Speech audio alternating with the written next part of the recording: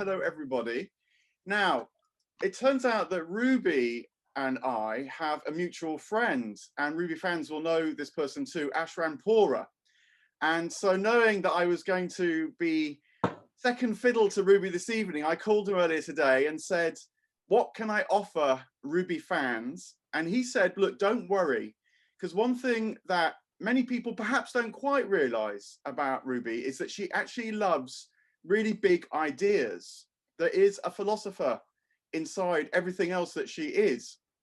And as we'll find out when she talks to Tom shortly, her new book is about world savers, things that might make a real difference to our lives. And so Ash said, look, give her a big idea that might get onto the second edition of her book of world savers. So here's my shot at this, which I hope will interest everybody too. And is also, I think, a pretty good tip actually for living with these times. So it's my philosophical thought for the week. And what I would suggest, had I the cash and the power, would be to send everybody an Aeolian harp. An Aeolian harp. Now, in the background behind me, I hope you can see one of the rare depictions of an Aeolian harp in art. This is Turner's picture of an Aeolian harp. You can just about make it out, I hope, over my shoulder.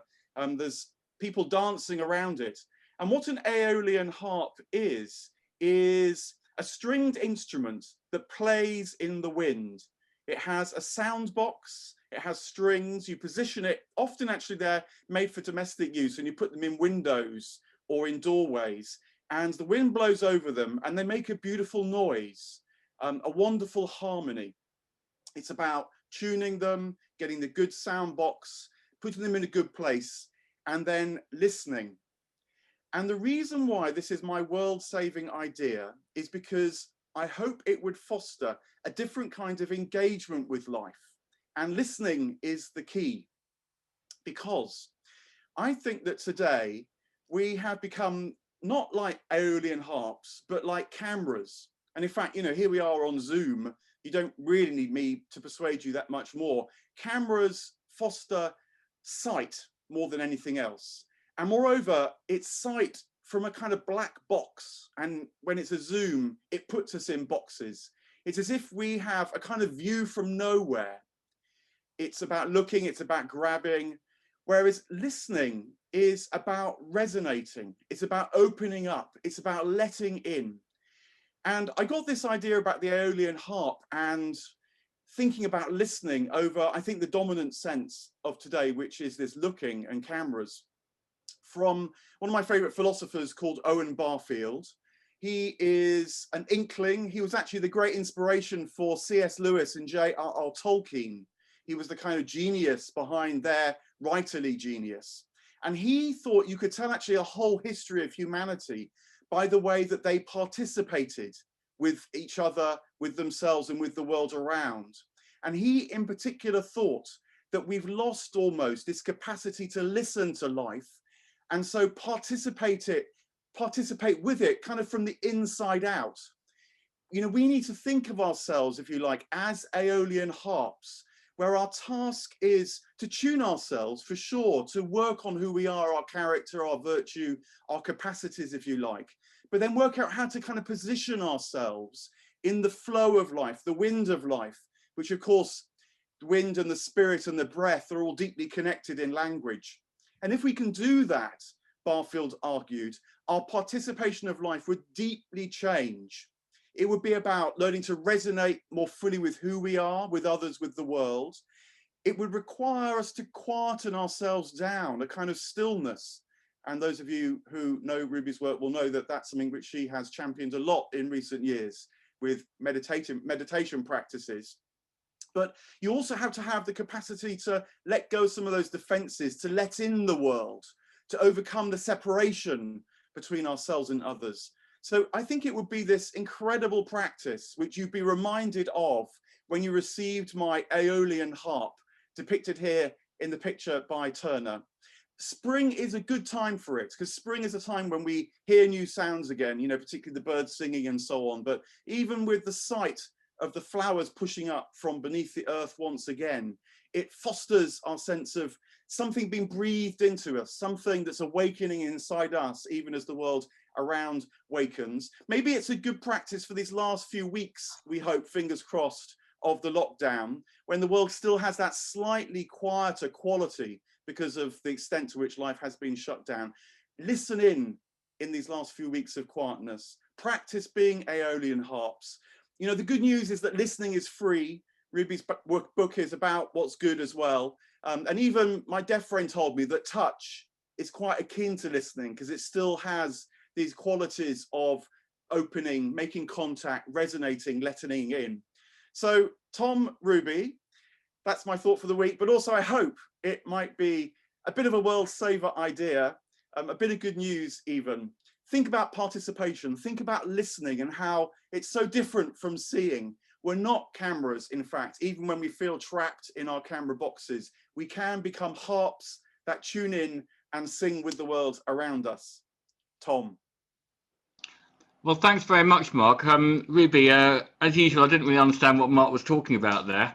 But I think he had this idea of a harp. It makes me think of playing the ukulele at home, which doesn't go down very well at all. It's really bad for my household's mental health. What do you think about this Ikigai harp idea? Will it be in your next book? I know where he was going. Okay. I think he could have pared it down to a few sentences. Oh, poor Mark. No, yeah. I did. I loved it. I did love it. I wish we could see it. That's your problem, Mark, there is, you know, it could have been anything. You need to get one, hold it up so we know where, go get one now. And then when we're done, hold it up or build one.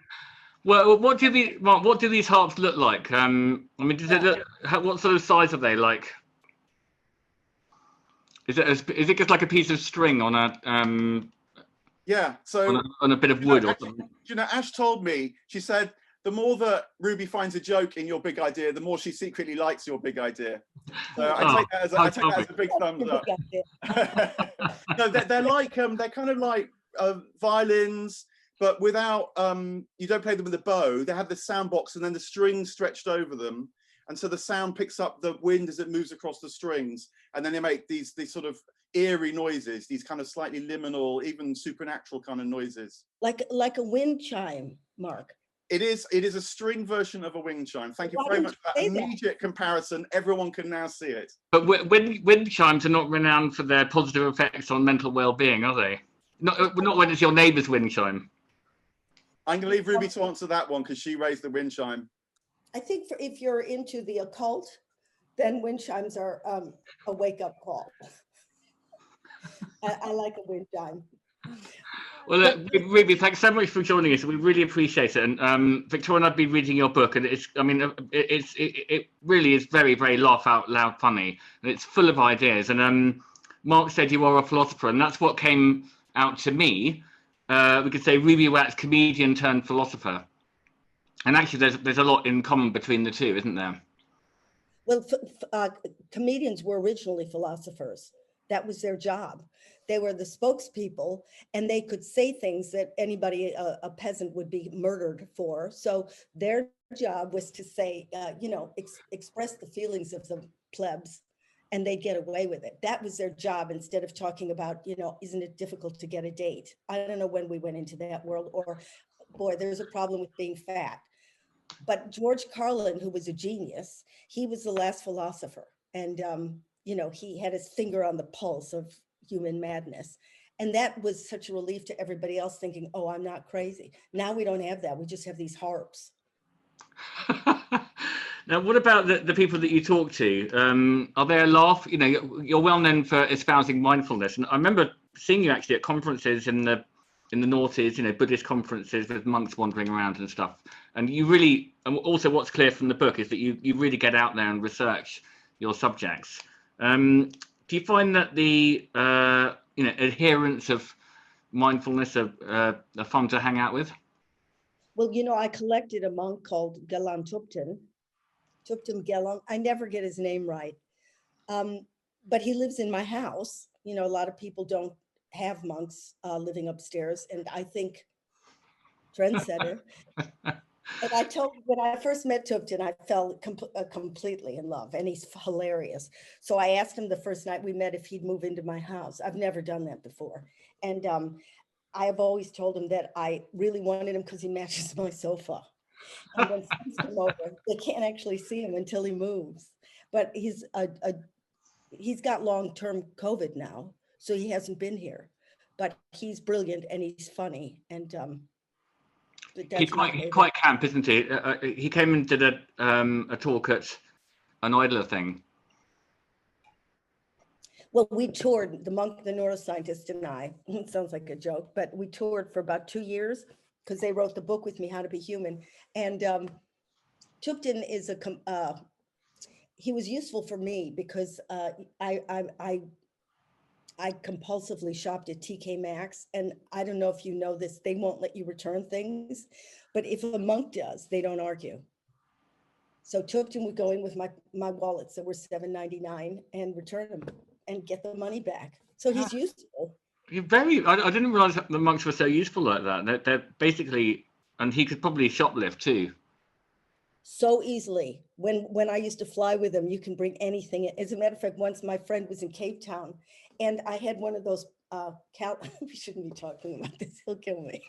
Let's go on with the book. Well, you do talk about Simpson in the book, and that's in a great chapter about, well, okay, so the book, you go through these different parts of life, community, and sort of Yes. it's a philosophical book. It's about how we live, and it's called "Now for the Good News," but it's not exactly good news. It's an exploration of different ideas. There we go. So we'll be sending a link to everyone to obviously buy a copy after the event. And you've got a chapter about loneliness, and you speculate that a cure for loneliness could be to start your own commune. And in fact, quite a few times in the book, you express a desire to sort of run away and go and live on Findhorn or somewhere like that. But the closest you got, I think, to a commune was having the monk in the house. Yeah, but my next book, I am moving into these places. I mean, this was kind of a Michelin guide for people who want to see who's pulling it off in the world. I mean, I could have gone for nutcases, which was my proclivity many years ago. I'd go to the Health, Mind, and Body Festival and look at who was, picking up Jesus in their hearing aid. But this, I decided I would go around the world and find who were the, I don't know, I call them the green shoots, meaning who's really got their eye on the button as to how to reinvent the wheel. And primarily I did it because I didn't want to live my life 2 years ago, always, I mean, bad news is sensational because it makes you turn into a reptile, and then you want more and more till you're looking so close up on the news so you can see the details. But, this is from learning, this is human, not my problem. It's the human condition is that we're animals and we get addicted to those kicks of adrenaline. But ultimately it makes you ill. I mean, I always wondered, we never get addicted to things that are good for us. Like who gets addicted to kale? It doesn't happen, but the heart clenching things, and that's what's wrong with us way before the pandemic. So I thought, you are who you focus on or what you focus on, that sort of defines who you are. So I thought, I'm going to take my eye away from the button of the horror, and I'm going to go around and I'm going to find who's doing the most exciting stuff in the world in these areas of technology, community, health, business, tech, I say that, education. And I kind of live in their slipstream. And it was the 2 happiest years of my life. And then the pandemic kicked in. But I've already bought some places in one of these. It's now too late for us then. What do you mean? You can't buy there? Yeah, no, is it too late for us to go and join the communes because you've already scooped up all the places? Well, there's 10,000, Tom, so you have your choice. There's more than 10,000, and they're not communes. We got to get, they were in the 60s, and some of these have they're called like intentional communities now. And there's one in South London called Bedzed, where it's still in the neighborhood, but they get and it's not hippie. There's 0 emissions, or they get it way down there. It's actually in the one in South London, it's the Peabody estate. So it's free housing, but they know how to have a community center. So like elderly people can take care of the babies, women can, it's got that thing that we're craving, which is community. So these intentional communities are building, and I really think this is the salvation. And even in cities, you know, they have to be building favelas. There's intentional communities. In Africa, I went to one. Okay, some of them are really sexy. There's one in Ithaca, New York, where there's professors who teach at Cornell and startups and whatever, but they all have each other's backs. And they, you know, I'm so sick of going to dinners or whatever, and people are yipping on about the environment. Do you know what biomass means? Do you know what a wind turbine? I didn't know, but my theory has become either shut up or do something. So yeah, there I went. I learned how to do that. I moved to Findhorn for 3 months. I learned how to do, touching dirt was a whole new thing for me. I didn't realize that lettuces come out of the dirt. So I learned all about that kind of stuff, and the food went to the food banks. Now, I don't want to live like that, but I get the idea, because as I was doing it, I felt this weird thing on my face, and I felt my face and I was smiling. I thought I was breaking out in something, but there is something about people caring for each other. Okay, some of the people were so far out, you know, nuts, but other people were lawyers and just said, you know, I mean, they can still work. You can work online, but you want a world where you think, if my plumbing breaks down, my neighbor's going to give a shit, you know? And so I like that. And my next book, I'm going to live in these environments, because you know, as I said, where your attention is defines who you become. And I like myself more in those environments than I do in London. In the competitive atmosphere of West London, where you've chosen to live? Well, there was a time, you know, in a place, and then you kind of sniff around and realize it wasn't, you know, that they didn't have as much going as you thought they did.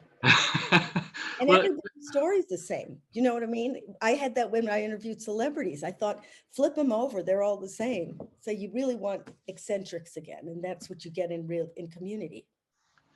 one of the key concepts in the book is fear, and you mentioned it earlier, and I think that's such a key and interesting point, because, you know, over the last year, everyone's been sort of more or less terrified. In the sort of service of public health, but fear, you say, reduces our immune system. It's probably the worst thing you can do. Now, what's happening here? How do we escape this thing of, you know, wanting to be healthy, not get COVID or whatever, but also not being afraid?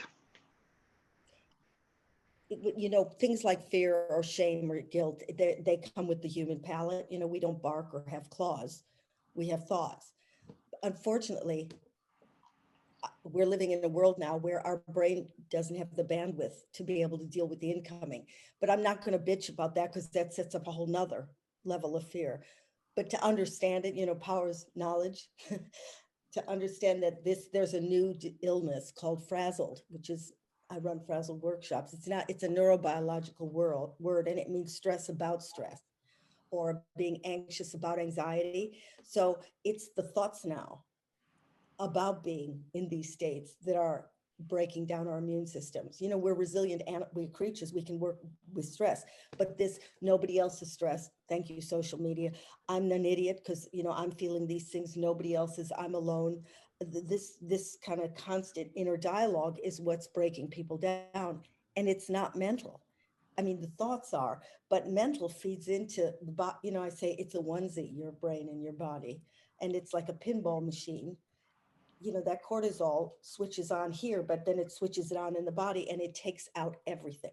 So what certain cancers, diabetes, heart disease, infertility, obesity, everything is a result, unless you're hit by a car, of your immune system breaking down. And now I guess we need it more than ever, huh? So Well, yeah, you say there's one. Well, there's lots of great stuff in the book, but I love the line where you say, "You are not your fault."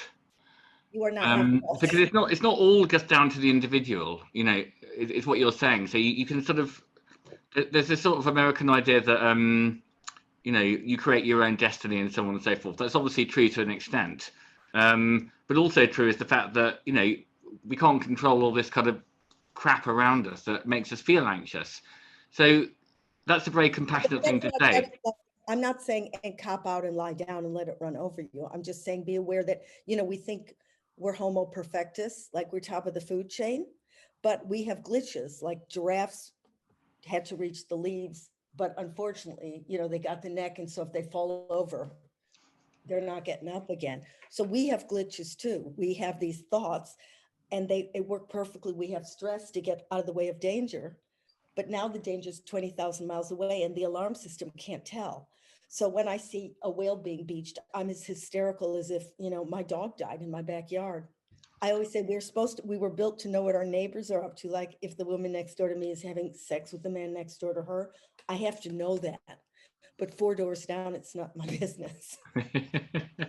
Now, what about It's not your fault, but but then there's a technique to how to put that into balance. It's like you can't say, "Oh, I'm an amputee, I can't run." Well, join the Paralympics. There are ways around it. Now, what about your own sort of practice? So would you actually recommend people do things like get rid of the phone, get off social media, practice meditation, mindfulness in someone? To me, a simple thing is just to turn off the radio. What are your sort of tips and tricks that keep you sane? Well, I wouldn't call myself sane, but about 15 years ago, I thought I'm having these depressions are coming too fast and furious, and they're too deep.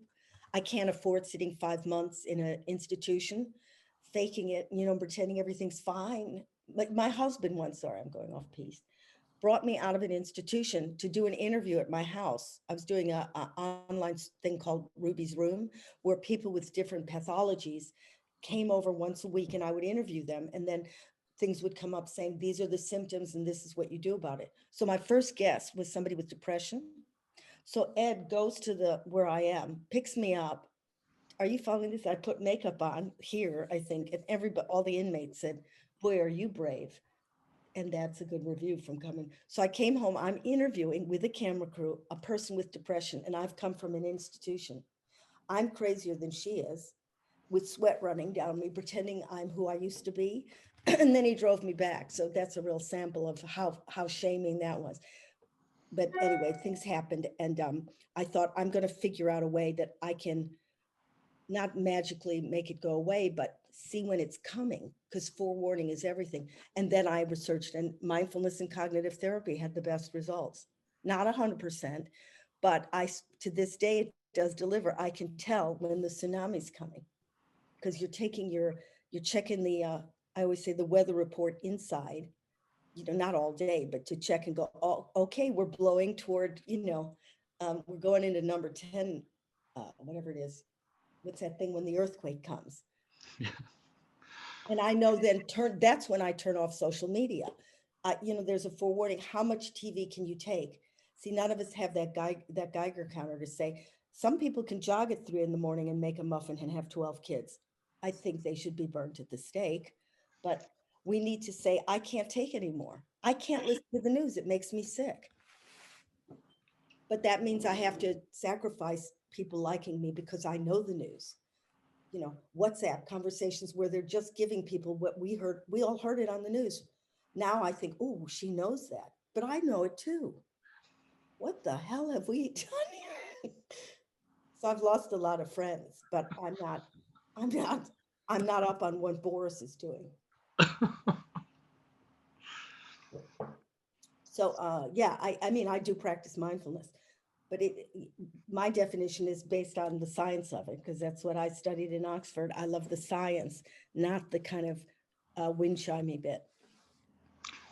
Yeah, and being sort of frazzled or semi-sane yourself, surely that gives you empathy with the people you're talking to in the Frazzle Cafés. I mean, you're not kind of preaching to them. You're just saying, yeah, I know what it feels like. Yeah, but everybody in Frazzle Cafe, by the way, I run this thing called Frazzle Cafe, which has been going 4 years. I'll just say quickly.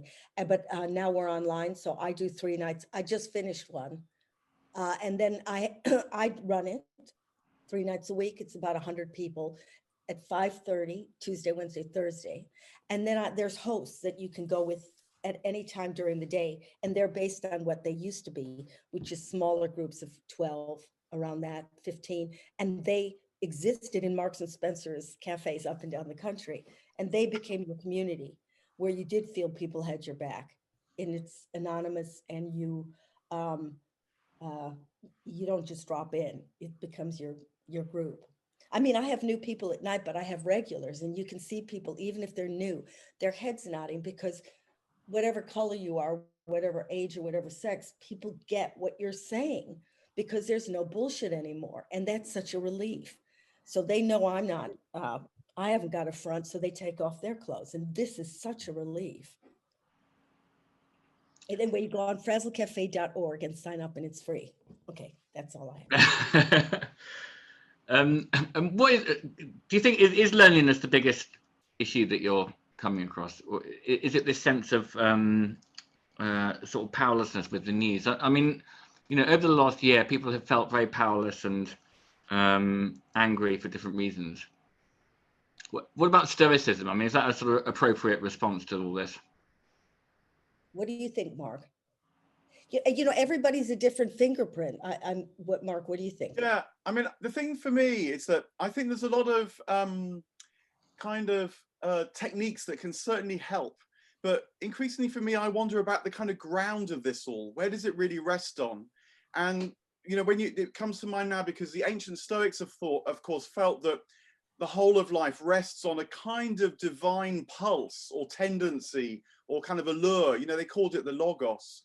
And, you know, you might say it's just awareness itself. You might go the whole hog and say it's God. But I increasingly think that we're at the stage with these behavioral techniques that can certainly help people. There's absolutely no doubt about it. But we need kind of more. We need something outside of ourselves as well as inside ourselves. Now, that partly is delivered by community, of course, as well. But I wonder whether something like that the ancient Stoics had is going to be the next kind of tendency. Yeah, but as I said, the brain doesn't understand that the wallpaper's changed. So our culture's got an illness that the Stoics never had in their lives. So now people wouldn't do things like mindfulness now if we had community or we had religion or we had town halls or the Quakers were still kicking around. So now to compensate for, the missing limbs, you're bringing a thing like, your musical instrument. How am I going to get awareness in the midst of this car crash? So with mindfulness, which was stolen from the East, you learn to tune in. That's exactly what you're doing. You're listening rather than the sound outside. You're tuning to the station that your brain is on. And only by facing, your own shite can you start to have sympathy for yourself, empathy for yourself. Mm. Otherwise, you hurl it on other people and then blame them for what you hate in yourself. Mm. These are techniques that only have become necessary in a disabled culture. No, I mean, I do completely take that point. There's something very profoundly, causative of all this. I'm sure that's absolutely right. Yeah, but the ancient Greeks had their problems too. I mean, the whole point of philosophy in the first place was that they were responding to the problem of anxiety. And that's something I wanted to ask you, Ruby. Again, that's why I see you as a philosopher actually in that same tradition, because you're talking about the causes of anxiety. You're seeing people, yourself and other people around you, anxious, depressed. And where did this come from? We were scared that the thunder was the gods were angry. So we had to make a religion. Well, you can fill it in, Mark. So now we're so we don't have each other's.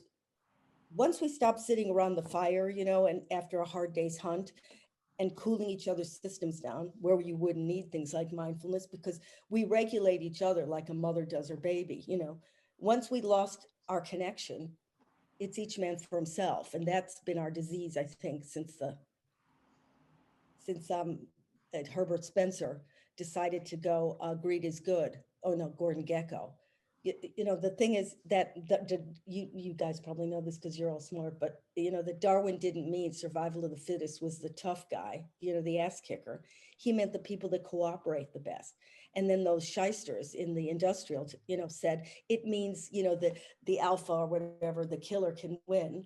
That's not what was meant. And so it justified, these big boys flexing their muscles and screwing the poor.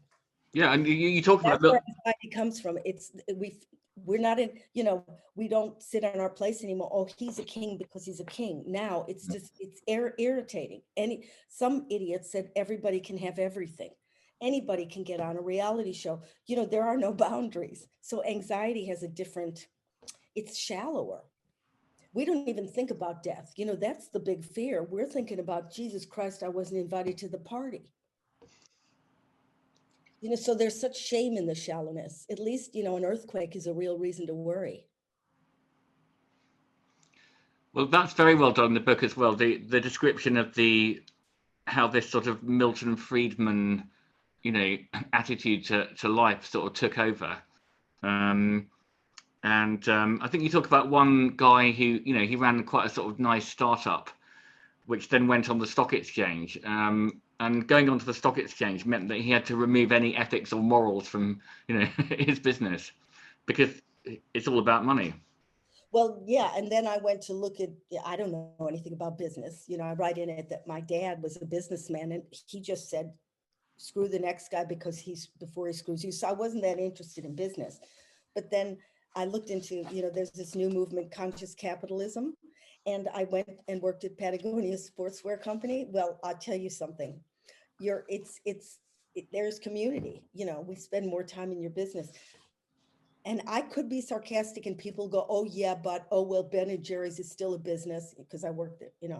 You can roll your eyes, but are you doing something about it? These guys, they put purpose in front of profit. But let me tell you, they make a profit. But their heart's in the right place.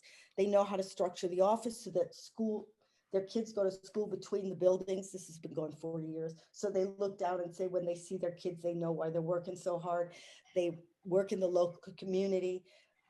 Patagonia is extreme because they put an ad in the New York paper saying, if anything happens to one of our items, please don't buy any more. Just buy the jacket and then leave us alone. But if there's a tear or it rips, send it back and we'll fix it. Now, you imagine everybody wants Patagonia clothes because of that ad. The guy who runs it, he started it 40 years ago. The coolest cowboy I've ever met. Yeah, I remember you I was in love. You were very, very taken with him. Very taken. But you dribbled your falafel. I dribbled. You read my book. I told you I read it. I wasn't like pretending to have read it. Falafel. That's pretty. Yeah, you were there. I dribbled my falafel. You really liked him a lot. Well, there's a whole organization now called B Corps. And that I went to New York, and companies now are lining up to get that stamp from B Corps, which means they're clean. That doesn't mean they flush the toilet and give rewards, for people who don't. It means that, the person in Singapore, whatever, who's sewing the zippers in, they're insured by, they're insured. Their health is on the line. The woman who cleans the toilet, she's happy. Everybody has a purpose. And it works. If you look at Ben and Jerry's, they work for refugees. Dove works for girls with body dysmorphia. Patagonia works for 2,000 different environmental groups. And now the younger generation are going to have apps that say, you said this, but you're lying, and it'll be online. So it behooves companies to get in. One book is called, that I met the guy who wrote it, Conscious Capitalism, and another book is called, I love this title, Firms of Endearment. Firms of Endearment. Yeah. Well, that means sort of like goods companies. Yeah, and it, like, the guy who started the whole thing was the one who started what's that market? The health market. Oh, Whole Foods Market. Yeah, and then he sold it to Amazon. But then sold it to Amazon. Yeah, doesn't that sort of like slightly, undermine his ethical stance? Yeah. Except we know, and he's miserable. You know what I'm saying? You can't do it secretly anymore. We know, and he made a big mistake. Really? So he's quite miserable, even though he's like a multi-billionaire. I think he's upset now. He made a mistake. Maybe they promised him something. How happy are the multi-billionaires? And we even know, you know what I'm saying? Yeah. If we thought, I'd like to be Musk because he's so mentally stable. Well, we need to hear more of the people who sort of like, who are multi-billionaires and then say, actually, I made a mistake. I mean, there are a few of those, aren't there, that they maybe this wasn't their.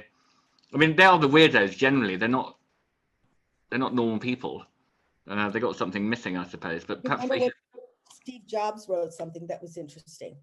Yeah, I mean, I think they know that they stepped in the wrong direction. You know, it wasn't, how much can a human take, you know, before you throw up?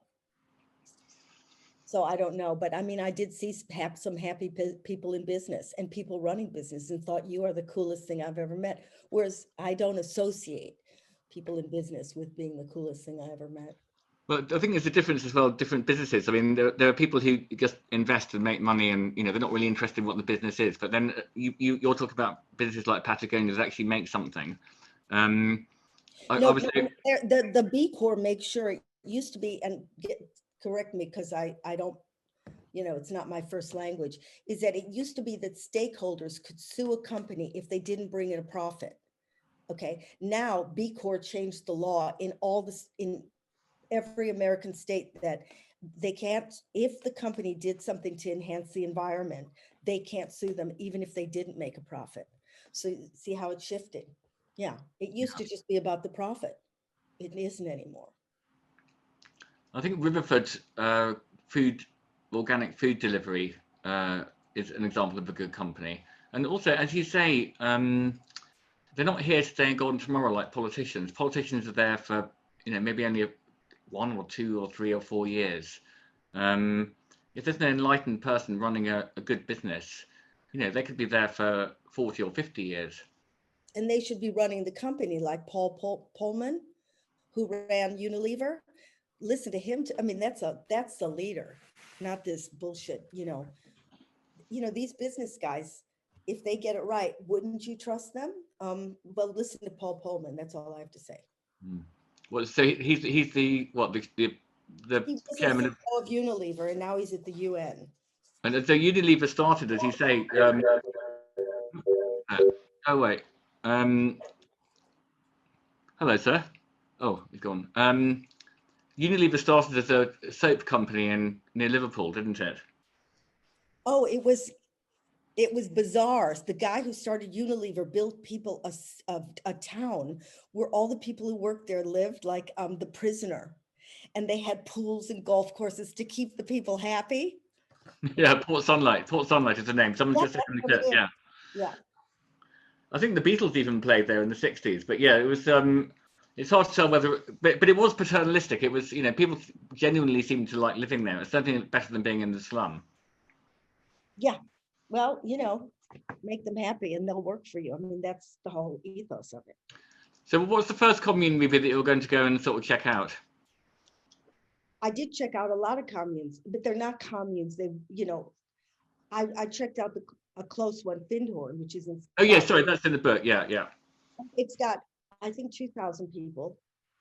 It's been around 80 years, and I went up there, and I was hysterical because the woman who founded it 62 years ago, whatever, was a very kind of twin set and pearls type, and she left her kids and met this colonel, and God spoke to her and told her to go up to Findhorn, and she lived in a trailer with him, right, in the middle of a sand dune with the winds blasting.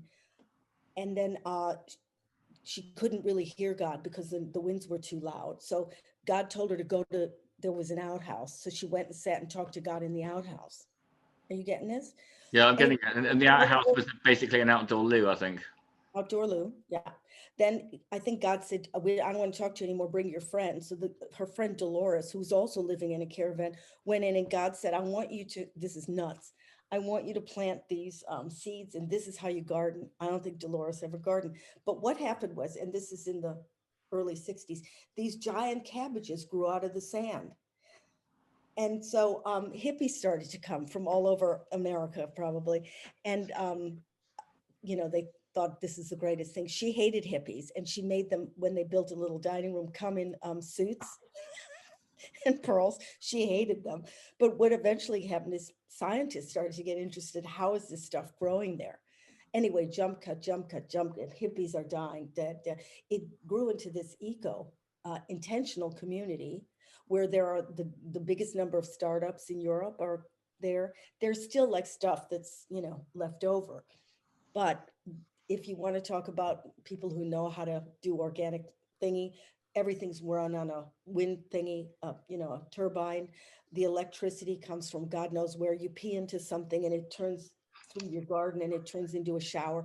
They know how to build this place. And it's real. And some of the people are fantastically interesting, so it's that combination. But I think when this is all over, people want to live in communities. So what have I done? I bought a little eco house so I can be there, not all the time, but then I can work in the big garden. The food goes to poor people. I can teach meditation. I lived above healers, any type of healing. I don't care. I think it's fantastic. It's like playgrounds for people, for adults. Yeah, wonderful. Now, I'm sorry, everyone in the audience, I've gone on a bit. So, Victoria, can we go to questions? I'm sure there are loads of questions. Yeah, great. Thanks, Ruby. Thanks, Tom.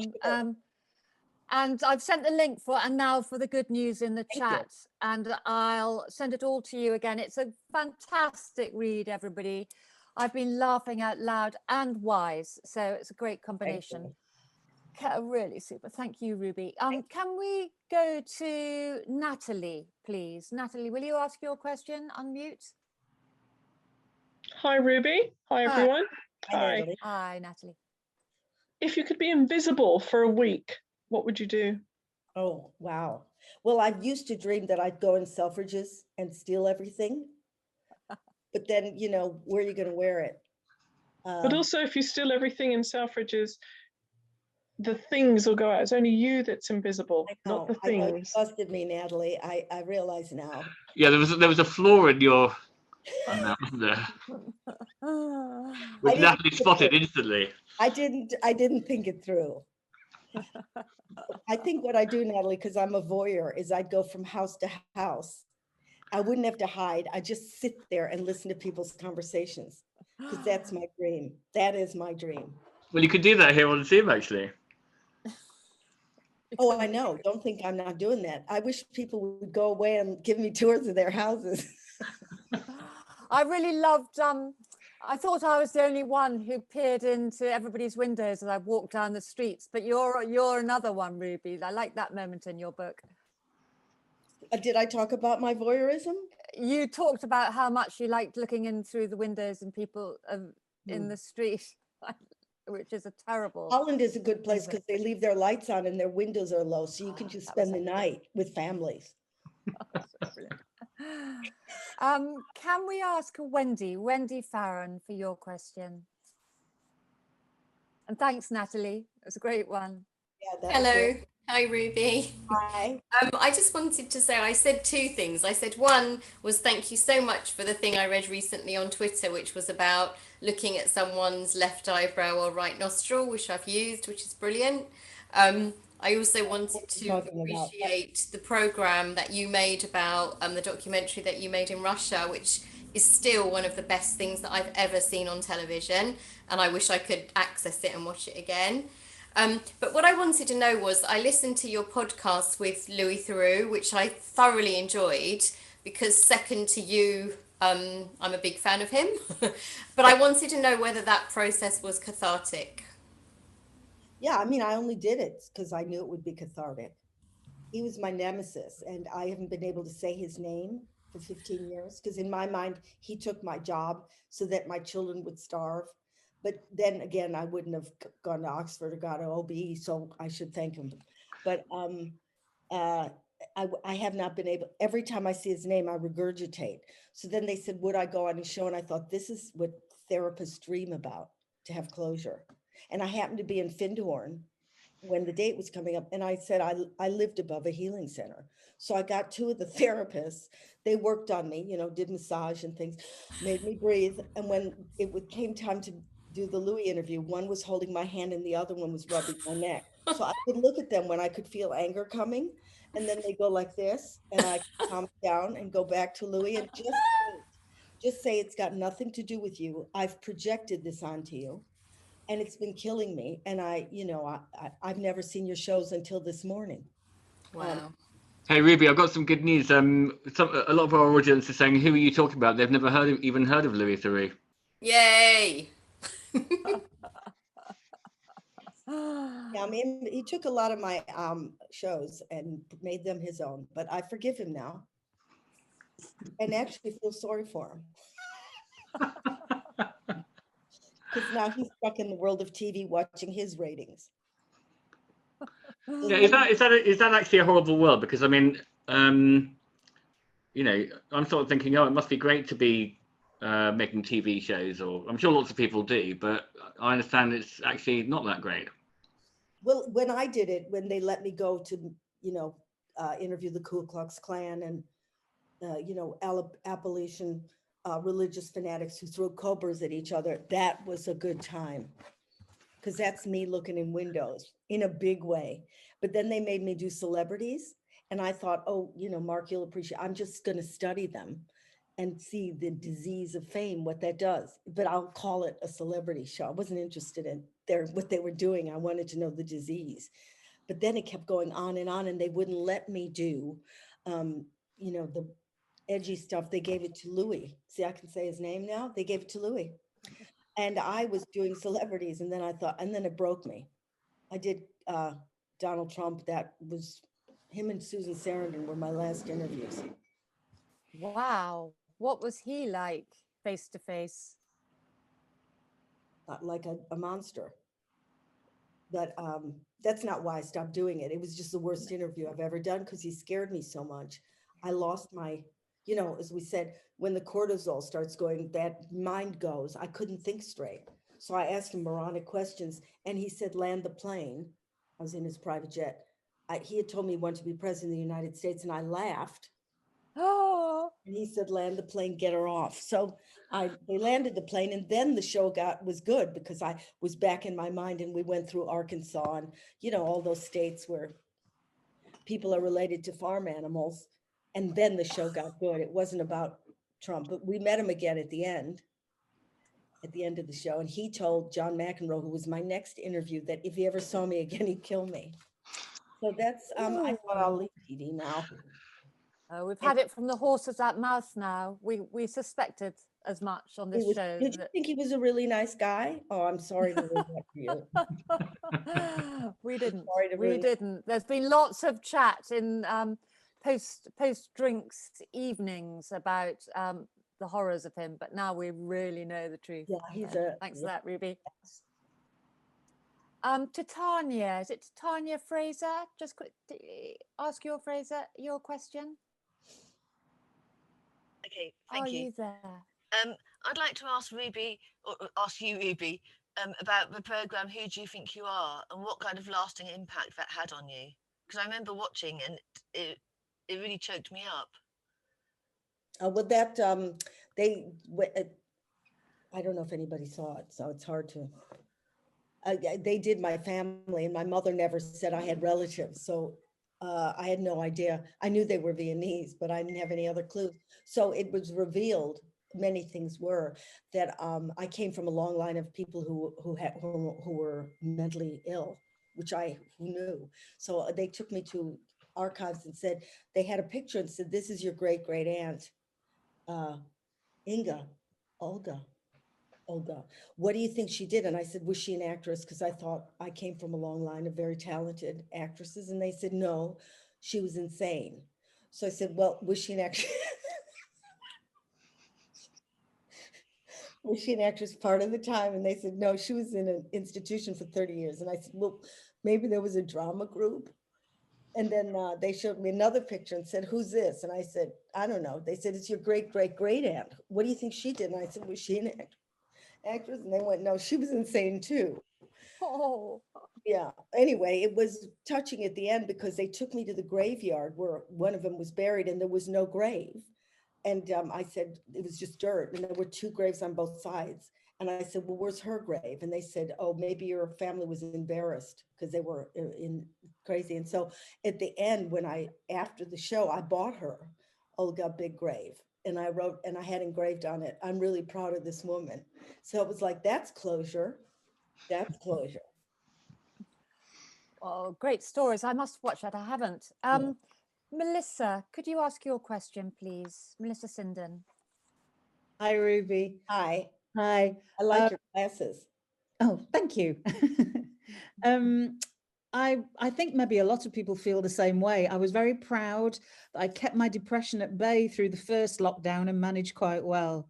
But this second lockdown, I feel like I have just stopped and lost interest in everything. And I think a lot of people feel the same way. And I just wondered what your advice would be to get myself started again. That's a really good point, because you know, at the beginning of lockdown, we're like, oh, this is a bit annoying. And then now, a year later, a lot of people are like, I don't really want to have to go to a cocktail party or, you know, go and do something again. It's scary. Yeah. I feel like I've kind of lost interest in everything, including myself. You know, I just. Welcome to my world. Yeah. Yeah, and I think a lot of people feel the same, but it's kind of frightening, because I'm frightened that I'm never going to get myself motivated for anything ever again. Well, you know, I don't have an answer. Come to Frazzle Cafe. You'll meet other people, and I've written it down. come on over there. You know, it deepens your heart to know that other people are speaking that language. Yeah. If part of the fear is that you're alone, and when your eyes are, I don't agree about that sound. I think you can be just as aware through your eyes, except we're not trained for it. We're trained to use it as a camera. But what I love on that screen, and whoever thought technology could do this, is that I'm not being distracted by something digital. I'm on it. So I can really watch your eyes. And you see people looking at each other like they've never looked at each other in real life. And it's deep. And you see heads nodding, like, because they care. Now, one woman said, I'm using this to practice for when I go out. I'll be able to look at people and listen to them in another way. All this stuff we have to practice because we lost our fingertips. You know, we don't know how to do this. So they're tuning themselves up to listen for when we finally get out. Yeah. Thank you. Melissa, meet you there. Yeah, okay. You're on. Great, that's a date. Thank you. Just let's see if we can fit 2 more questions in. Kevin Bolton, could you ask your question, please? Are you there, Kevin? And if not, maybe we'll quickly fit in Joanna McLeod. Oh, Kevin, oh, great, hi. I got you. Hi, Kevin. Sorry, I was late. Hey, Ruby, I was just interested. Have you heard of Ikigai, which is a Japanese principle of living philosophy? Say, how do you spell it? Ikigai, Ikaige. No. Okay, so I'm just interested because it's it talks a lot about what you were talking about earlier. So they've got 4 pillars that they kind of root themselves in when they look at their principles of life. It's in certain areas of Japan, and in the West we've got 3 of them. We started out with 2 of them. We've got 3 of them. So the first one was, whatever you do in life, make sure you're good at it. And then the second pillar is make sure that you can pay the bills from it. And so that's kind of our previous generation. Our previous generation, like that. If you're good at maths, become an accountant because you can make money. But then there was a third pillar we added, which is do something you love, you're really passionate about. And we've started to do that with the new generation, or recent generations now. But the fourth pillar that they work on, and it's led to certain areas confounding the statistics of longevity of life. You know, they've got people who are 100 years old, 111 years old. And that fourth pillar is what you were talking about earlier, which is make sure what you do also contributes to something beyond yourself. You know, it's something, a greater good beyond self-interest. And I just, because of all you were talking about, I didn't know if you'd heard of it. No. I would check it out. And I'm just interested how we can try and wake up the Western world to make that fourth pillar the dominant pillar in our way of life. And you talked about it earlier with community. So I was just interested anyway. Ikeagi? Yeah, Ikigai. Ikigai. Okay, thanks. Sorry. Yeah, thank you. Thank you. Sorry, I thought you might have heard of it, but no, thanks. Check it out. Great, thank you. Thanks. Vic, you got one more question, I think. Thanks, Kevin. Can we squeeze one in? Joanna, are you there? Joanna McLeod? Yes, I'm here. And great, Joanna, last question. Thank you. Hello, everybody. Hello, Ruby. It was right from the beginning of your talk. You said, and I'd never heard of this, that comedians were originally philosophers. So would you say that that was the court jesters like Lear's Fool were the natural successors? Yeah, I'm sure. Mark, what do you think?